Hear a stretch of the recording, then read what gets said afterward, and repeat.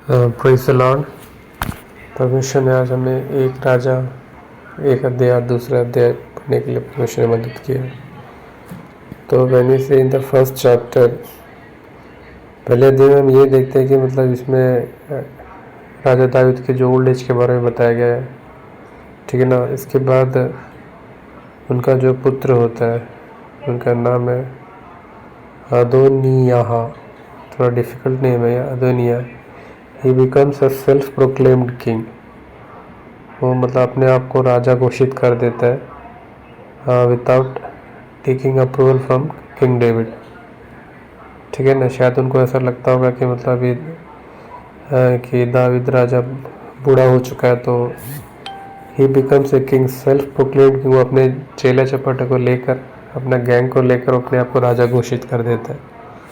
तो फिर उसके बाद आप जैसे नीचे आते हो तो आप देखते हो कि सुलेमान की जो माता जी होती है बेतशेबा, ठीक है ना। बेतशेबा मतलब और नातान प्रवक्ता के साथ मिलके दाऊद के याद दिलाते कि जो सुलेमान है ही should become the king, Suleman को राजा बनना चाहिए।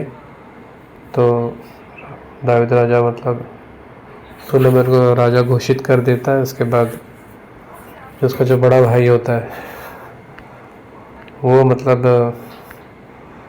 अदोनियाह, जब अदोनियाह को पता चलता है कि सुलेमान राजा बन चुका है तो उसके शरण में चला जाता है और माफ़ी मांगता है, ठीक है ना।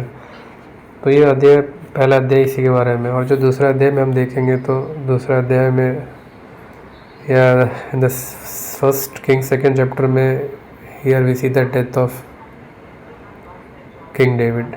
और दाऊद के मरने के समय निकट आया तब उसने अपने पुत्र,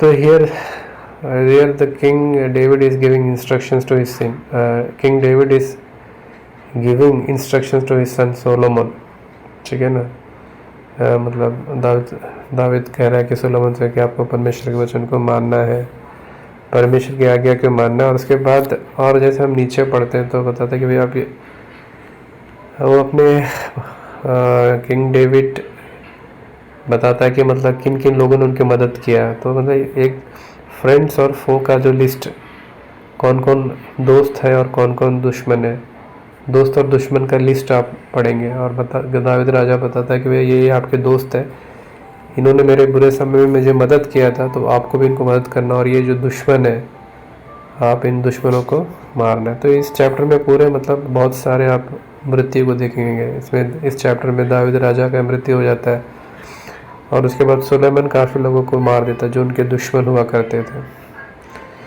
और इसमें आप और एक जो चीज़ आप देखोगे तो इसमें एक इंस्ट्रक्शन दिया जाता है कि आपको ये शहर छोड़ के नहीं जाना, आप इस शहर छोड़ के जाओगे तो आप मारे जाओगे करके।